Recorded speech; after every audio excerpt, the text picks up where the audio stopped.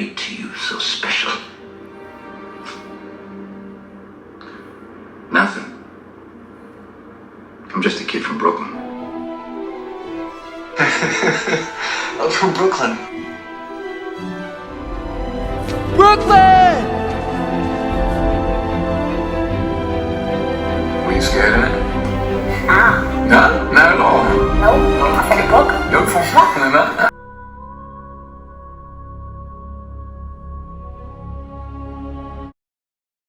Okay guys, Frank Stout, just a guy from Brooklyn, and I'm here with a big Harry Potter and the Wizarding World ranking. These movies have definitely been around for a really long time now. The internet has just so much more than just the movies, and they can sometimes have some real fun stuff. Dumbledore! Harry Potter! Harry Potter! Harry Potter! Harry Potter! Yeah! Harry Potter! Harry Potter! Harry Potter! Harry Potter! It's Hagrid and Harry, Brolly in my palm when it's calm, now I open carry. Nocturne alley, no valley, French ting in the sidecar, a revoir when I put the long snout in a patty.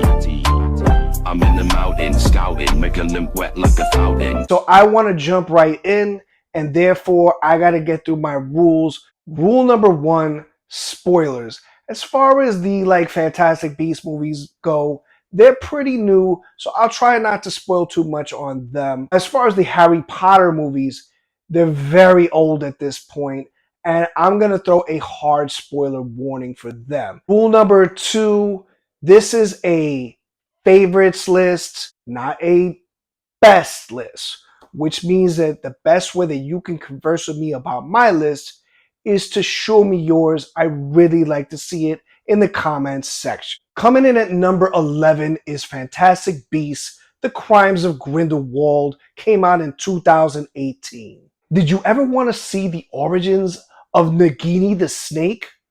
Or want to see Nicholas Flamel, the alchemist who created the Sorcerer's Stone? Nope, me neither. This movie pretty much goes nowhere with some characters that aren't even supposed to be there time-wise according to events in the books. It does have Johnny Depp hamming it up as the evil wizard Gellert Grindelwald, who's in possession of the Elder Wand, the most powerful wand in the world. Depp does a good job of trying to be a different villain from Voldemort. He's probably the only reason to watch this movie. Oh, and it's a Fantastic Beasts movie, so it has plenty of cute CGI animals for you to not give a shit about. Coming in at number 10 is Fantastic Beasts and Where to Find Them, came out in 2016. The first of this meaningless trilogy establishes all the important characters for you to follow, like Newt Scamander, a Hogwarts wizard with the personality of a wet mop. If you're here to see Harry Potter prequel stuff, sorry, that all takes a backseat so you can follow him wrangling up mysterious animals that he magically keeps in a briefcase. He ends up in New York circa 1926 and gets involved with a few no-mages, which is American for muggle, aka non-magic folk. And they become intertwined with a mysterious threat known as an Obscurial. Some of these things tie into Potter lore, but not in this movie. But don't fret, because it's got plenty of cute CGI animals for you to not give a shit about. Coming in at number 9 is Fantastic Beasts: The Secrets of Dumbledore, came out in 2022. Clearly the best of the Fantastic Beasts trilogy, but that's not really saying much. Oh, Stewie, it's wonderful. This is going right up on the fridge. Professor Dumbledore knows that powerful dark wizard Grindelwald is moving to seize control of the Wizarding World. Unable to stop him alone, he entrusts Newt Scamander to lead a team of wizards and witches who soon encounter an array of old and new beasts as they clash with Grindelwald's growing legion of followers. With Dumbledore being more central to the plot, this connects more to the Potter movies than the other two, but not in any meaningful way. A fourth film probably would have bridged that gap. It replaces Johnny Depp with Mads Mikkelsen for, at that time, obvious reasons. I'm sorry, I was talking. Is that all right? You would answer my question. We'll take a look at the next exhibit. As long as you're happy, sir. But also has Newt's love interest Poor Patina missing for most of the movie for absolute unknown reasons.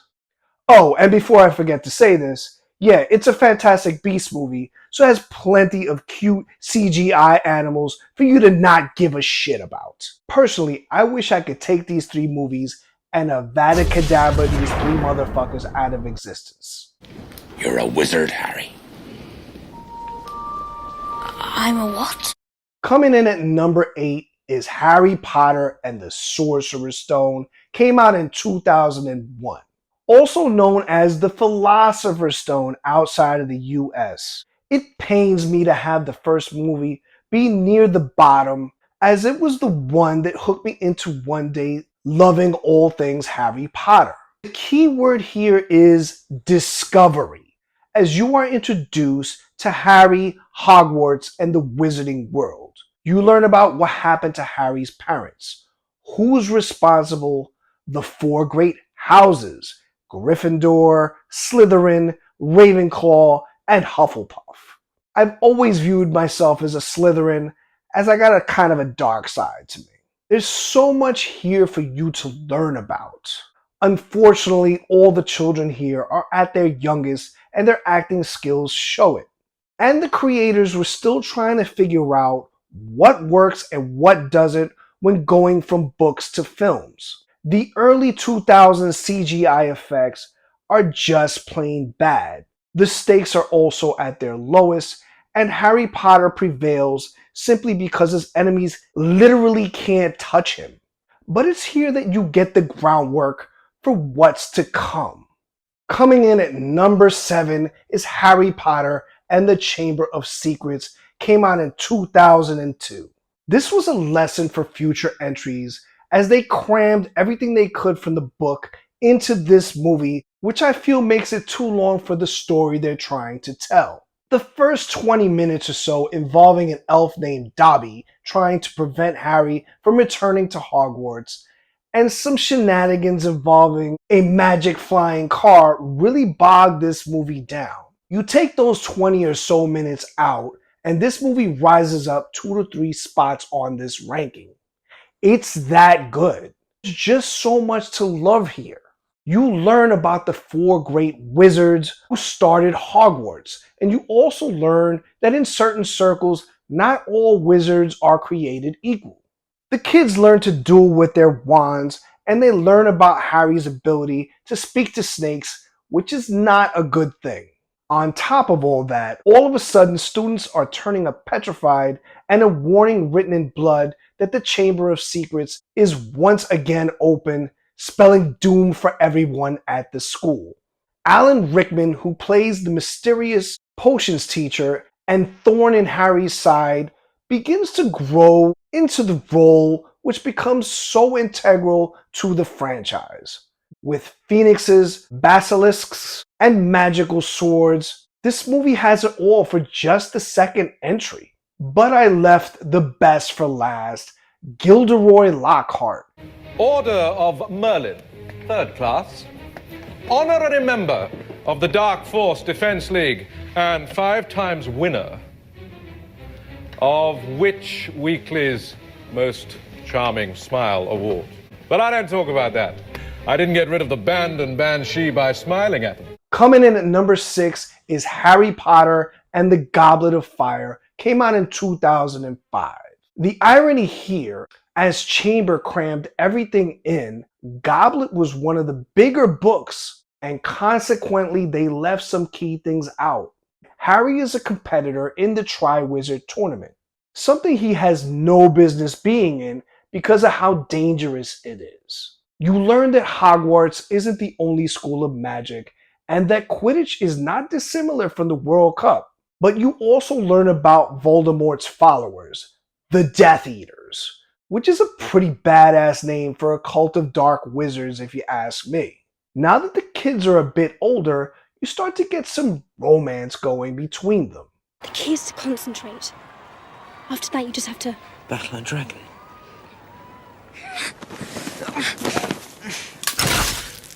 Young love. New Defense Against the Dark Arts teacher, Mad-Eye Moody, teaches the students about the 3 unforgivable curses. and Harry discovers that someone is manipulating events behind the scenes. It's a Harry Potter movie, so this time you get dragons, mermaids, and a haunted maze. But I think the movie is more memorable for the final act, in which you see the return of Lord Voldemort in the flesh. And I gotta say, his design in this is the best in the franchise, as they would struggle at times with his look in future films. Coming in at number 5 is Harry Potter and the Deathly Hallows Part 2. Came out in 2011. The final Harry Potter movie is pretty fulfilling, albeit short for such a huge buildup.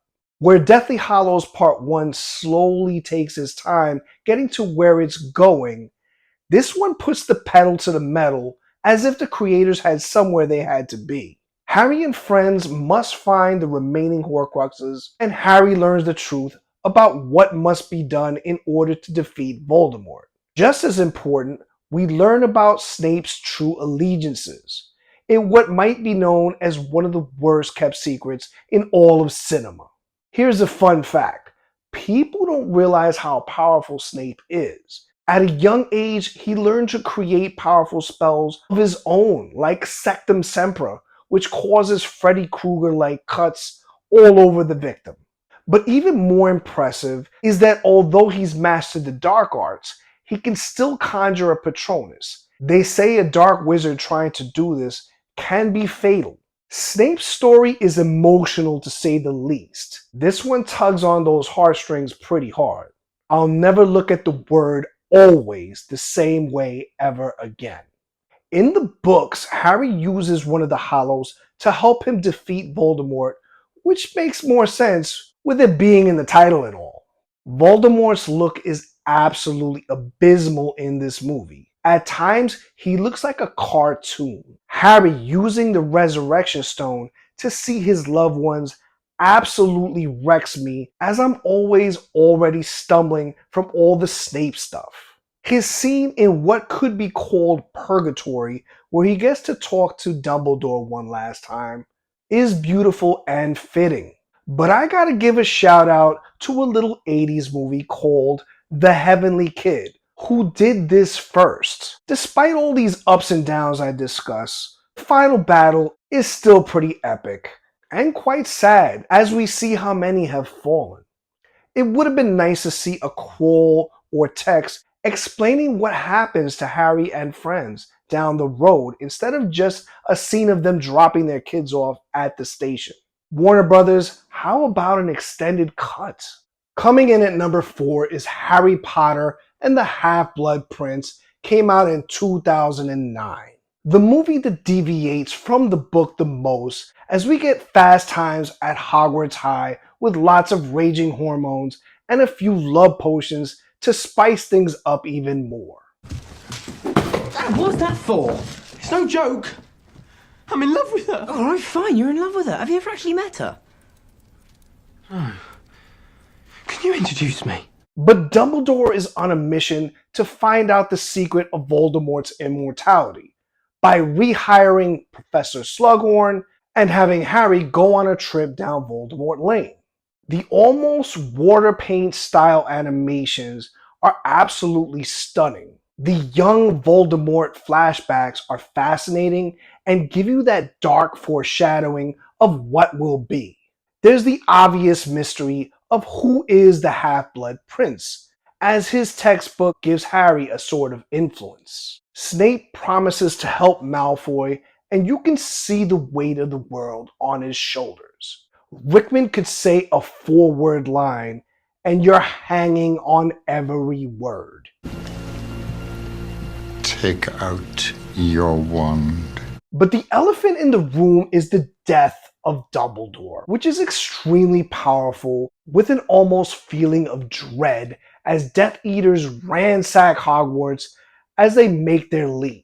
I hear in the book that at this time there's a huge battle, and I'm curious as to what that would have looked like. Coming in at number 3 is Harry Potter and the Deathly Hallows Part 1. the only movie in the bunch that doesn't take place at Hogwarts. And it's also one of the darkest entries, as the stakes are at their highest. Voldemort has taken power, people are dying, and Harry, Hermione, and Ron are on the run.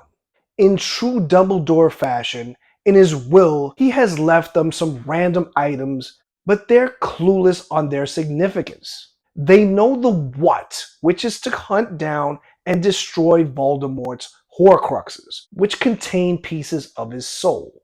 But they don't know the where or the how. Although there's no dragons or werewolves, mermaids, or any other magical beasts, you get one of my favorite scenes as you learn about the Deathly Hallows through a beautiful kind of bedtime story known as The Tale of the Three Brothers in a fantastic animated style. There's lots of scenes with Harry and company just hiding out in different locations trying to figure things out. Harry has a magical shard of a mirror, but it was left out of an earlier movie, so if you didn't read the books, you're absolutely clueless as to what it means or where he got it. Speaking of stuff left out of earlier movies, Dobby the Elf makes a triumphant return, and guess what? He's not annoying in this. On the contrary, he's a brave hero here. And my runner-up at number 2 is Harry Potter and the Prisoner of Azkaban, came out in 2004.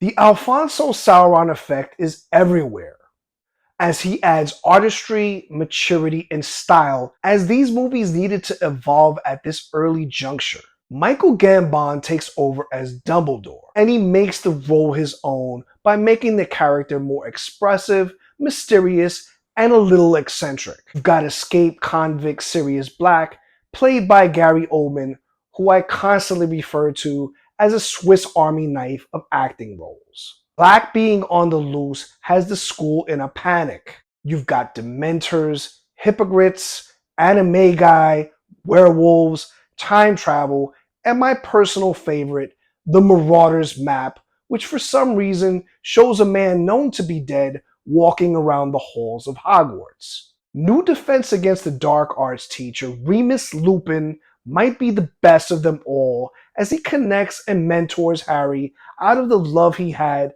for his mother Lily. You see Sauron's brilliance in fun scenes where Lupin teaches the students how to fight a boggart, which has some foreshadowing, I might add. Another fun fact, Dumbledore saving Harry from falling to his death at the Quidditch match is more than meets the eye.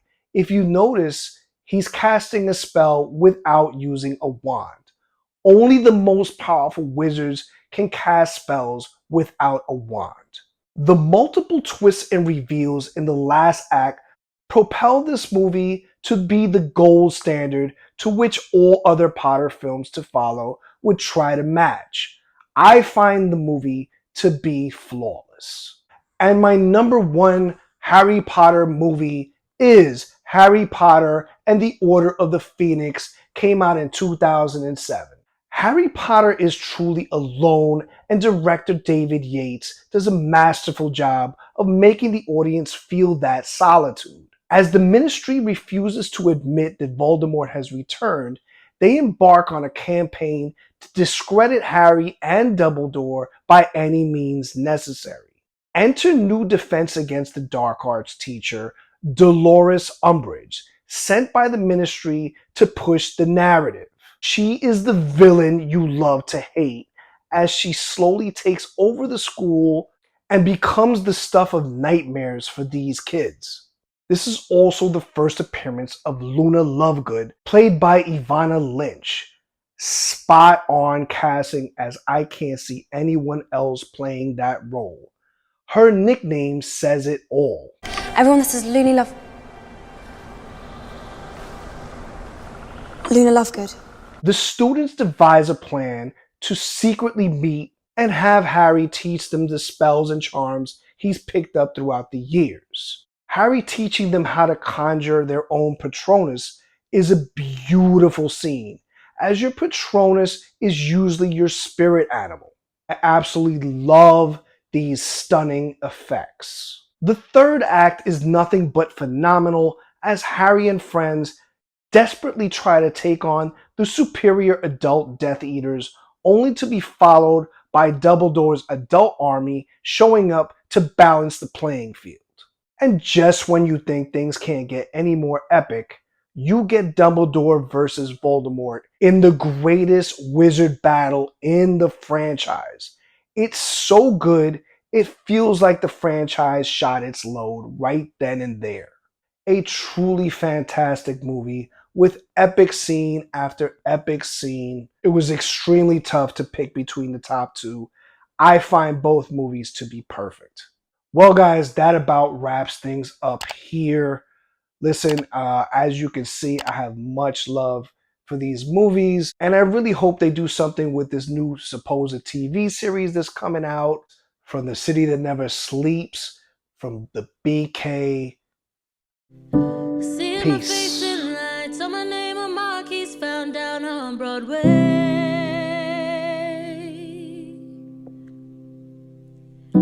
Even if it ain't all it seems, I got a pocket full of dreams, baby. I'm from New York.